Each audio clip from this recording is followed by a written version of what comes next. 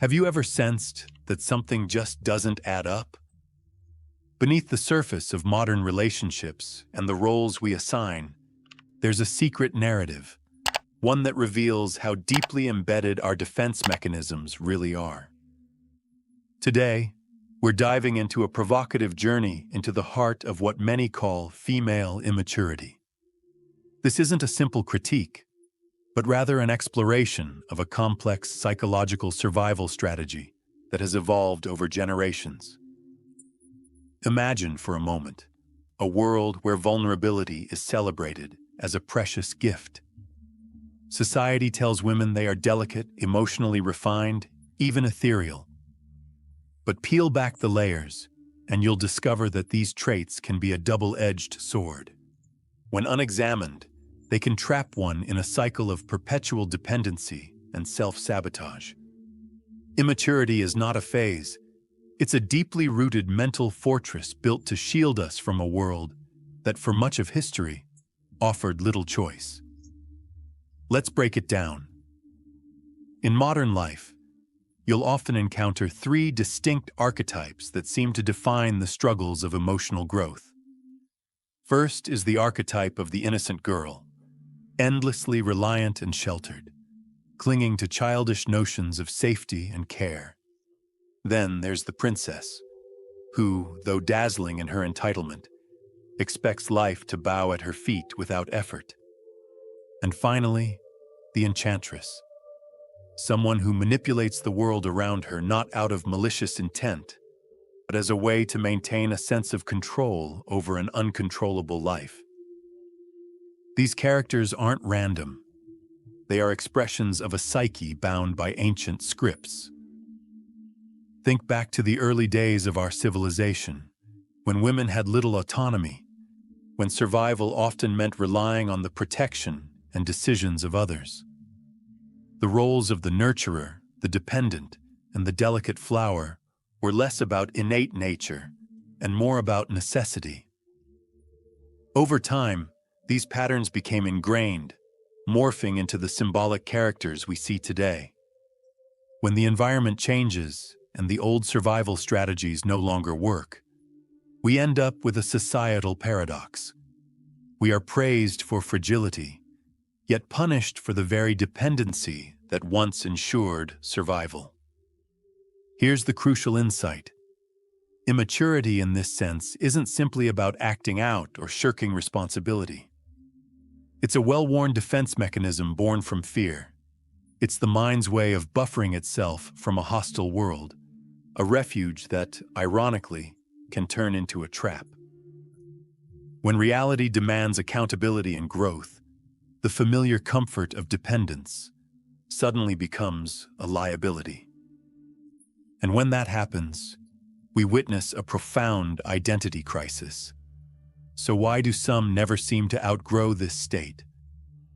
The answer is layered. Many are caught in the seductive embrace of these archetypes because they still serve a purpose. They offer a semblance of safety.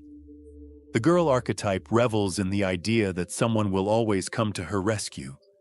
The princess clings to the fantasy of effortless rewards, and the enchantress leverages chaos as a shield. All the while, societal pressures reinforce these roles. Advertisements, media narratives, and even interpersonal relationships silently applaud a kind of fragility, validating these behaviors even when they no longer serve any constructive purpose. Consider for a moment the woman who throws tantrums over the smallest inconvenience. Is it really just immaturity, or is it a cry for help? When emotions run wild and blame is casually shifted away from personal responsibility, we see a pattern emerging: the unwillingness to face the discomfort of growing up. Instead, an eternal adolescence is embraced, a state in which every setback is attributed to the unfairness of fate rather than the result of one's own choices. But this narrative isn't one-sided. There's another, almost darker aspect to this story, the one where maturity becomes a curse, not a blessing. Those few who choose to break free from these archetypal chains often find themselves ostracized. They're labeled as cold, unyielding, or even inhuman.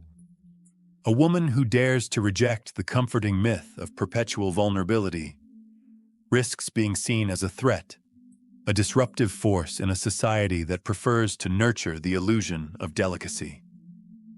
Maturity means taking risks, and risk is uncomfortable.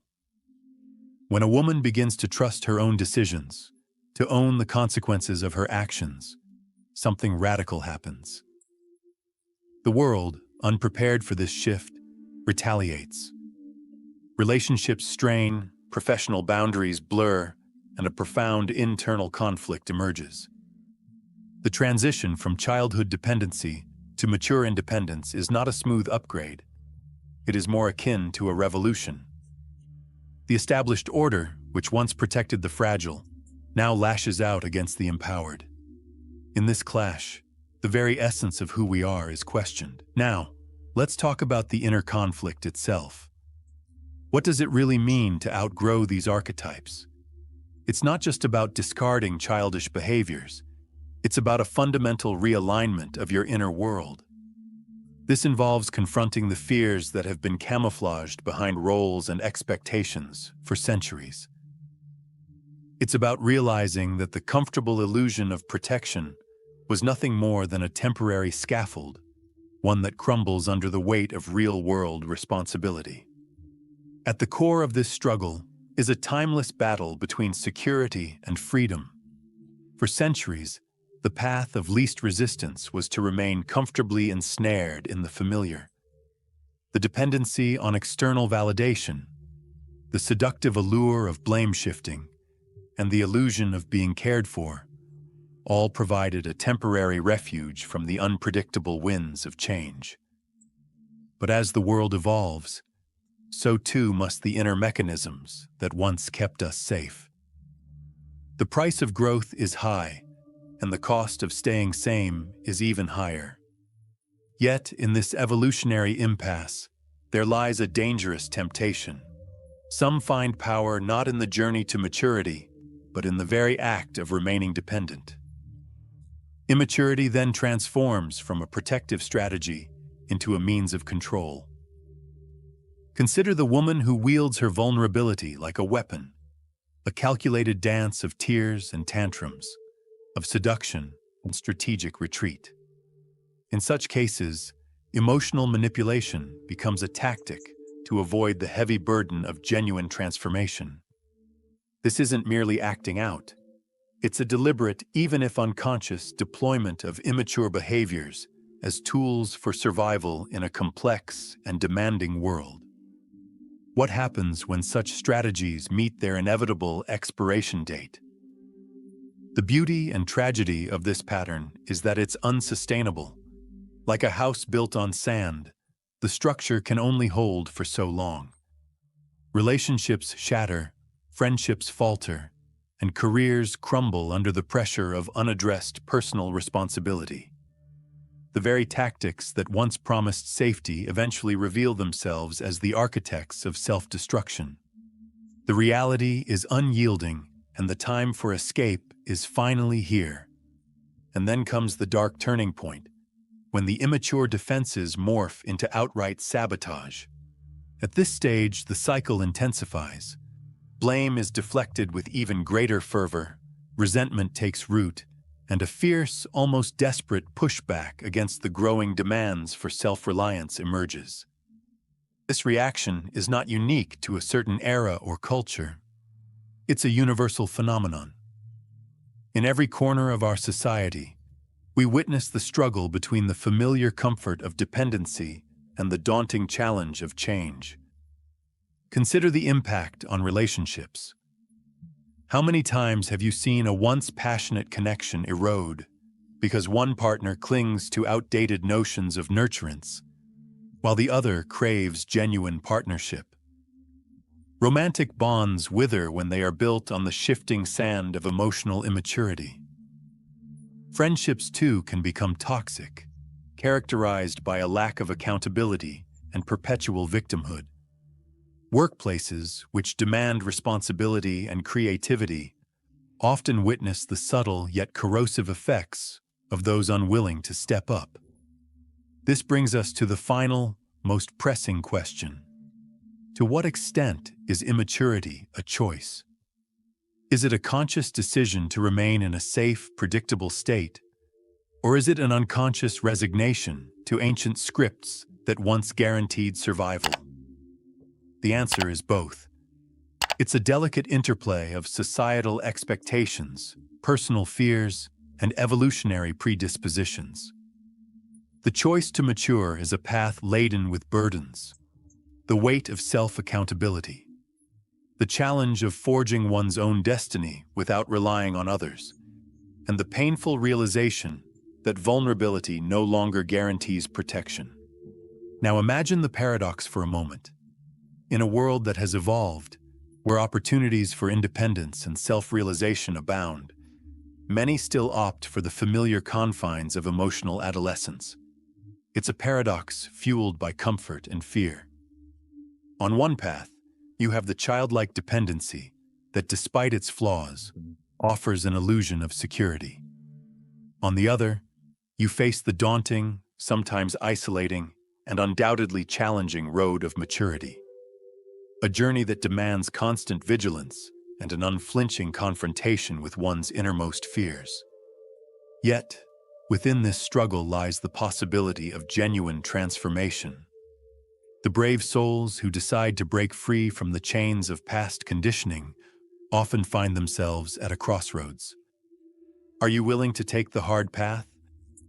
The rewards are monumental: real freedom, authentic love, deep personal satisfaction, but the price is steep. To truly mature is to acknowledge the painful truth that no one else is responsible for your happiness. It is to embrace the fact that every decision is yours, and that comes with the heavy burden of self-reliance. This journey isn't for the faint of heart. It requires a radical rethinking of what protection means. Instead of clinging to outdated notions of fragility, it challenges us to build a foundation on strength, self-awareness, and resilience. There is no magic cure. There is only the slow, sometimes excruciating process of introspection and change. Maturity demands courage, and it starts with recognizing that the comforting myths of the past no longer serve us. In reflecting on this transformation, we must also consider the societal implications. A community that rewards vulnerability without encouraging growth is a community trapped in its own contradictions. When independence is punished and self-reliance is seen as cold or unfeeling, the cycle perpetuates itself. The world may cheer for the delicate and the soft, but it's unprepared for the fierce, independent spirit that emerges when someone decides to break the mold. The truth is, real power comes from within, and it often looks nothing like the narratives we've been told to cherish. So as we conclude this deep dive into the paradox of emotional immaturity, let's ask ourselves, what do you truly value? The ease of staying within well-worn comfort zones, or the bold challenge of carving out your own destiny? The journey toward maturity is not a rejection of one's past, but a transformation of it. It means letting go of the identities that once protected us, even when that protection no longer makes sense in today's world. The choice is undeniable. You can continue along the path of familiar dependency, relying on the age-old scripts that once served as life rafts. Or you can rise above them, forging a new identity based on accountability, strength, and authentic connection. It is a difficult journey, riddled with setbacks and demanding moments of raw introspection. But the ultimate reward is nothing short of liberation. The final question remains: how many of us have the courage to abandon the comfort of our emotional prisons and embrace the painful, transformative beauty of true maturity? In the end, the only real sabotage is the failure to evolve, the refusal to let go of what once promised safety, but now only holds us back. Breaking free isn't just about personal growth. It's about reshaping society itself, one brave, self-aware choice at a time. Will you choose to live in a world of imposed fragility, or will you dare to face the world as the architect of your own destiny? The path ahead is daunting, but remember, every step toward embracing responsibility is a step toward reclaiming your true power. It's time to rewrite the narrative, time to mature, time to evolve, and most importantly, time to be unapologetically you. Thank you for joining me on this exploration. If these ideas resonated with you, consider reflecting on your own journey. May the challenge inspire you to grow, because in that growth lies the promise of a life lived fully and authentically.